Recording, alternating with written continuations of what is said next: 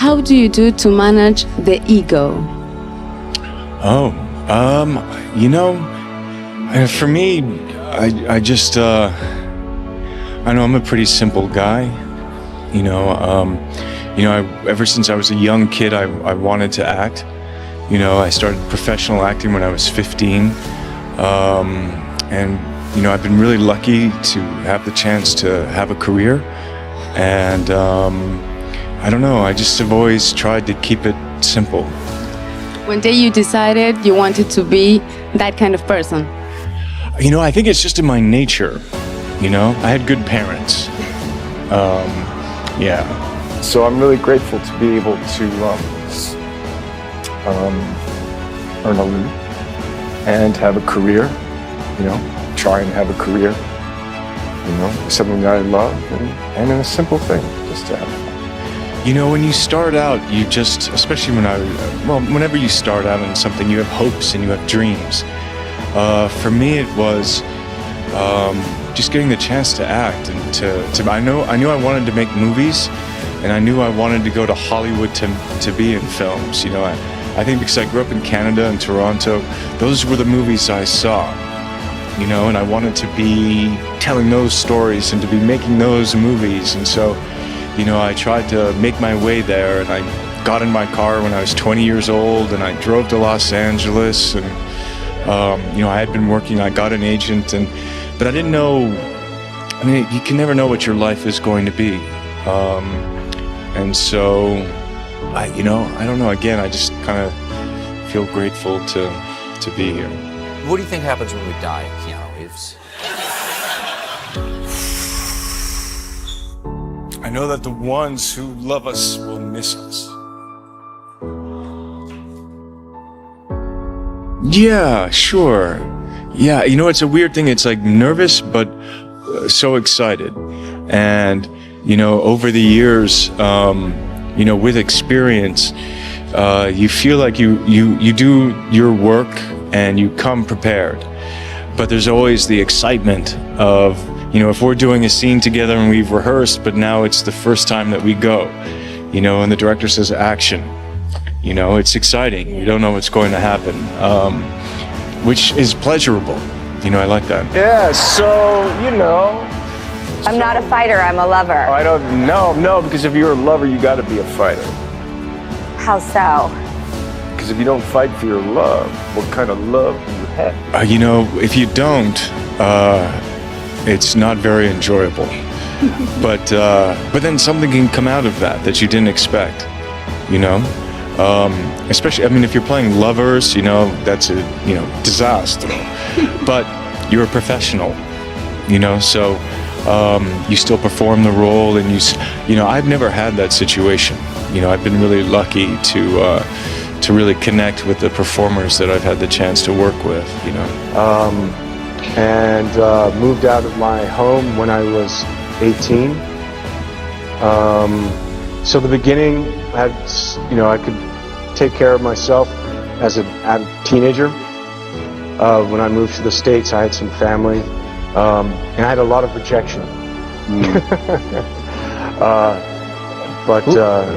Who did you want to be? How did you foresee your future as an actor? I didn't. I was just wanted to do it. I was very self-motivated when I was in school. I was taking acting classes at night. I was going to summer stock theater. I was doing community theater.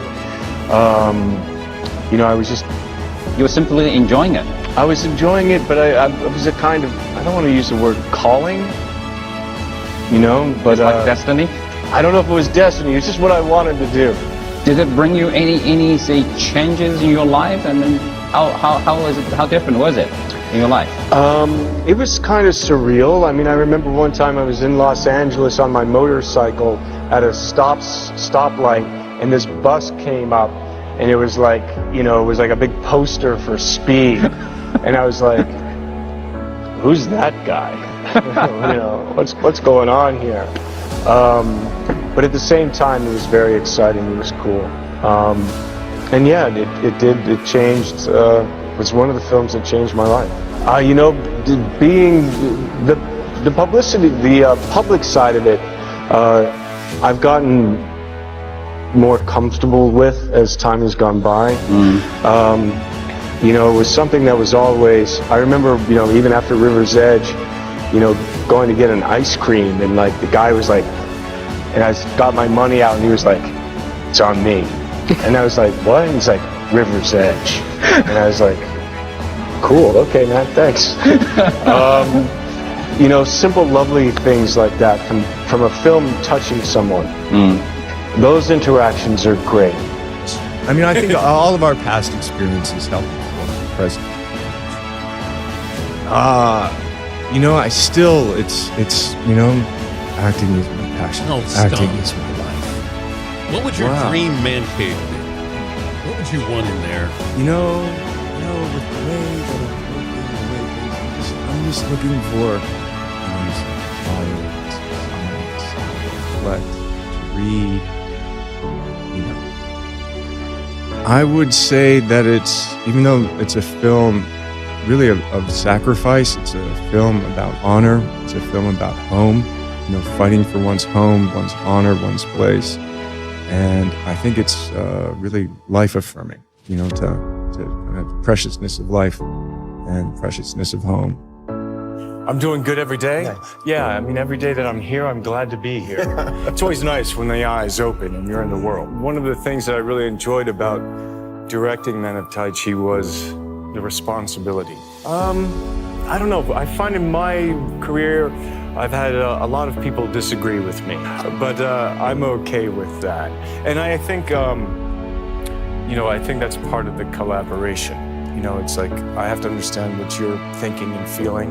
You know, if you're acting in the piece, if you're the production designer, you know, it's this collaboration of ideas. So he's letting go of his best self for one, his own kind of dark passion to fight, to want to have power. But he's using it as like, you know, but I have to take care of the temple. I have to take care of my parents. I have to take care of my master.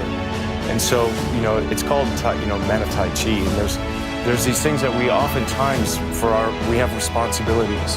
And so we'll make sacrifices, you know, or we'll be attracted to something and we'll make sacrifices to get something. And the film is kind of promoting the idea that we have to be thoughtful about that. You know, that you can sometimes sacrifice yourself, that you think it's for the good, but maybe there's another way. And then the one that was interesting because, you know, people say, well, what are the challenges, you know, with say the language? To me, that was an opportunity. It's always about communication. And as long as that was okay, absolutely. Absolutely. And part of that, though, for me in watching that back is that I was speaking about the nostalgia of photochemical film as being something that could really capture. So I had a faith and a belief as an audience that if it was made on film, it was real. But when I think of something that's on digital, all of a sudden, immediately, I don't trust it as being real. Because I know that it can be manipulated instantly. Yeah, NFB. It was one of the first jobs I had, and when we were shooting that project, I remember we were shooting for like 22 hours, you know, and it was like, I loved it. I loved that we had to get into the can and that we had to shoot and that was movie making, you know. It was really kind of where I started, and I think that's carried through in terms of my work ethic. Sometimes people who haven't gone through that, they're like, you know, we've been here for 15 hours, and I'm like, 15 hours? What else are we doing? You know, that message is very important. If the earth dies, you die. If you die, the earth survives. I'm a friend of the earth. Yeah, hopefully this film will be a part of that, and, you know, I have a foundation that does some, you know, it's mostly directed towards healthcare and education, but it's done in the past rainforest conservation. But, and then, yeah, like you said, you know, you do what you can. I lead a very quiet, normal kind of, really, my private life is a boring disaster, but work is good. Hey there. If you're enjoying our content, show some love. Like, share, comment, and subscribe to stay tuned for more. Let's build something awesome together. Subscribe for more now.